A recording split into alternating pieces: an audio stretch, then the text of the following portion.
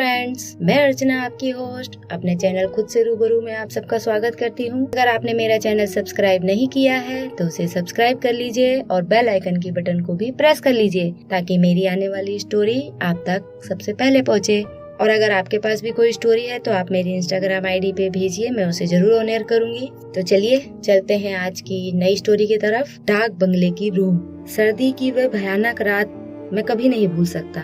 आज भी जब वह डरावनी रात मुझे याद आती है तो मेरे रोंगटे खड़े हो जाते हैं और मैं खुद को कोसता हूँ कि मुझे क्या सूझी थी जो मैं अपनी गर्लफ्रेंड और अपने दोस्त व उसकी गर्लफ्रेंड के साथ डाक बंगले पर रात बिताने के लिए रुक गया। मैं अपनी गर्लफ्रेंड मैगी और मेरे दोस्त ल्यूक और उसकी गर्लफ्रेंड डोरा के साथ बर्फीली वादियों में स्केटिंग का लुत्फ उठाकर लौट रहा था। सर्दियां शुरू होते ही हम वहां जरूर जाते थे ताकि सर्दियों से ठिठुरते पहाड़ों और वादियों के खूबसूरत नज़ारों का लुत्फ उठा सकें और स्केटिंग कर सकें। अभी शाम का धुंधलापन फैलना शुरू भी नहीं हुआ था और हम वापस होटल की तरफ चल दिए। समा है सुहाना सुहाना, नशे में जहां है। ल्यूक कार की पिछली सीट पर बैठा अपनी गर्लफ्रेंड डोरा को छेड़ रहा था। उनकी बढ़ती शौक हरकतों ने मेरे सोई हसरतों को जगा दिया। मैंने कनखियों से अपनी मैगी की तरफ देखा। शर्म से उसका चेहरा गुलनार हो रहा था। तभी मेरी नजर उसकी तरफ की खिड़की से नजर आते डाक बंगले पर पड़ी। वह एक ऊंची चट्टान पर बना था। आश्चर्य की बात यह थी कि मैंने उसे पहले कभी नहीं देखा था या कभी मेरी नजर ही उस पर नहीं पड़ी थी। ना मालूम मेरे मन में क्या आया। मैंने कार का रुख उस डाक बंगले की तरफ कर दिया। अरे साइमन, ये कहाँ लिए जा रहे हो हमें? ल्यूक ने मुझे टोका, मगर मैं नहीं रुका। यार ल्यूक, वो सामने डाक बंगला देख रहे हो? उसी में रात गुजारने का विचार है। कहते समय मेरे होठों पर शरारत मचल रही थी। एज यू लाइक, ल्यूक ने कंधे झटके।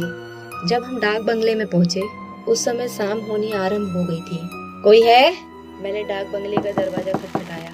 कौन है? मैं चौंक कर पीछे पलटा क्योंकि एक मोटी और बेहद डरावनी सी आवाज पीछे से उभरी थी। आवाज के मालिक की शक्ल आवाज से भी भयानक थी।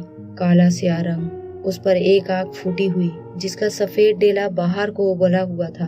फूटी हुई आंख से लेकर नाक तक गहरे घाव का निशान और उसी तरफ से ऊपरी होठ कटा हुआ। कुल मिलाकर वह किसी प्रेत की तरह लग रहा था। जी हमें आज रात इस डाक बंगले में ठहरने की इजाजत चाहिए थी।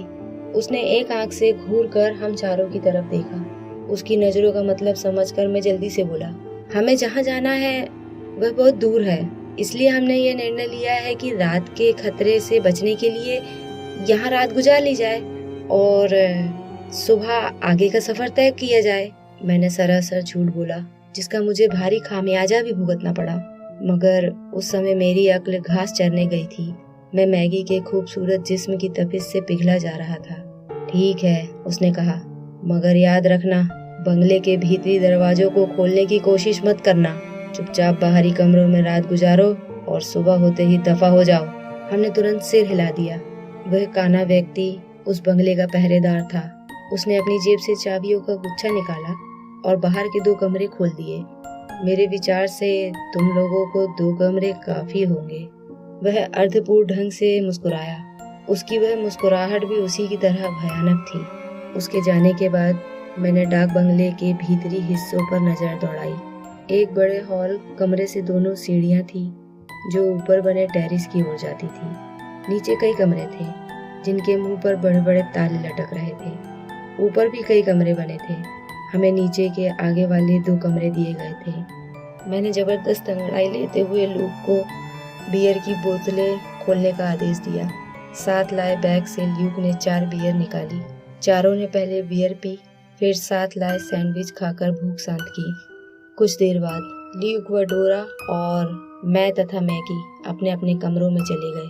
करीब आधी रात के समय कमरे के दरवाजे पर दस्तक हुई। मेरी नींद टूट गई। मैंने देखा मैगी बेसुध सोई पड़ी है। उसी पर पुनः दस्तक हुई। मैंने सोचा शायद ल्यूक होगा। बिना पूछे कि कौन है, मैंने अपने कपड़े व्यवस्थित किए और बेड से उतरकर जूते पहने। ठंड बहुत थी। नंगे पैर फर्श पर चलना मेरे बस की बात नहीं थी। तभी मेरी नज़र टेबल पर रखे क्रॉस पर पड़ी, जिसे मैंने कुछ घंटे पहले गले से उतार कर रख दिया था। पता नहीं किस भावना से मैंने क्रॉस उठाकर चूमा और अपने गले में डाल लिया। मैंने दरवाजा खोला मगर बाहर कोई नहीं था। मैंने कमरे से निकलकर दाएं बाएं देखा कि कभी ल्यूक को आधी रात के समय मजाक सूझा हो, पर कहीं कोई नहीं था। पूरा बंगला अंधेरे में डूबा हुआ बड़ा भयानक लग रहा था। कुछ सोचकर मैं वापस कमरे में आया और अपने बैग से टॉर्च निकालकर उसे ऑन कर ली। दरअसल वहाँ लाइट नहीं थी, आतिशदान में जल रही लकड़ियों की रोशनी ही थी वहाँ। मैं टॉर्च की रोशनी के सहारे ल्यूक के कमरे के सामने पहुंचा। ये देखकर मुझे कुछ अजीब लगा कि दरवाजा थोड़ा सा खुला है। मैंने भीतर जाकर देखा। अंदर का नजारा देखकर मेरे पैरों के नीचे से जमीन सरक गई। आंखों के सामने अंधेरा सा छा गया। चीखना चाहता था मगर चीख नहीं सका। अगर मैंने उस समय दीवार का सहारा न लिया होता तो निसंदेह चोट खा बैठता। मेरे सामने बेड पर ल्यूक और डोरा की नंगी लाशें पड़ी थी। उन दोनों की आंखें भय से फटी हुई थी और मुंह से खून बह रहा था। किसी ने उनका खून कर दिया था, मगर किसने? अभी मैं अपने इस सवालों को ठीक से समझ भी नहीं पाया था कि तभी मैगी की चीख से बंगला थर्रा उठा। मैगी! मैं तेजी से वहां से भागा और अपने कमरे में पहुंचा। मैगी बेड पर लेटी झटपटा रही थी। उसके हाथ अपनी गर्दन पर थे और आंखें दर्द व दहशत से बाहर को उबल आई थी। मैं लपक कर उसके करीब पहुंचा। जैसे ही मैंने उसे छुआ, उसके जिस्म को तीव्र झटका लगा और उसने यूं गहरी गहरी सांसें ली मानो कई मील का सफर तय करके आई हो।